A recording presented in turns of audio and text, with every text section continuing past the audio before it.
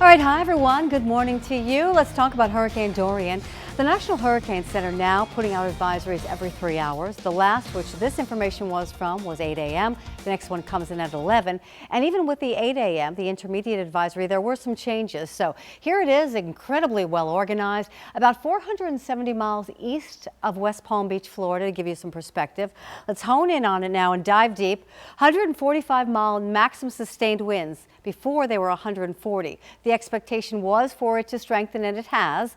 The winds, too, it was at northwesterly, now just westerly at 12 miles per hour. Look at this, defying eye. Incredible. To give you some perspective, around the center, this is the eye wall. This is where the most intense weather is. That's where we have the 145 maximum sustained winds and gusts even higher than that.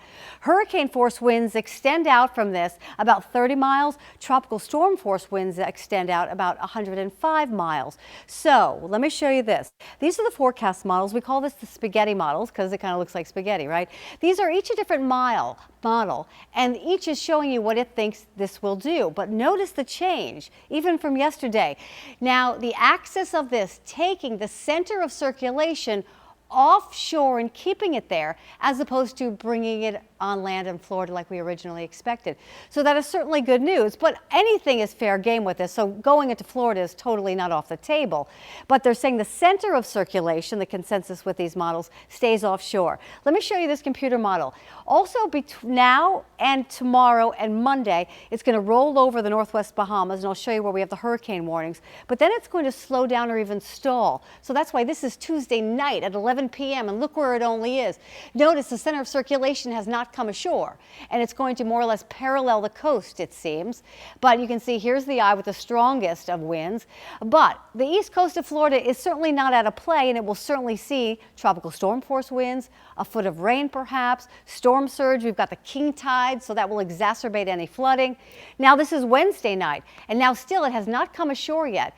To make a center come ashore, the whole center has to come ashore. Now this computer model, look, has it coming ashore to Charleston. So that's kind of the consensus now. Staying along the coast, running along the Florida coast, and then somehow, some way coming ashore somewhere in Georgia or the Carolinas, which puts us more in play here. Tropical alerts, this is what we have. Hurricane warnings for the northwestern Bahamas.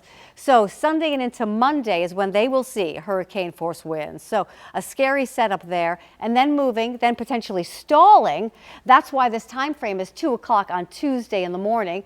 As a force still, offshore still, so that's why it's still a very strong hurricane. When it comes on land, that's when it loses some of it, and then getting to a 2, coming perhaps into the coast of the Carolinas. So this is where we are now. The consensus is taking the center and keeping it offshore, not bringing it to Florida as originally expected, but still potentially a foot of rain along the Florida coast and myriad problems there. Tropical storm force winds for sure. And even here now, Georgia and the Carolinas have some rain and some wind.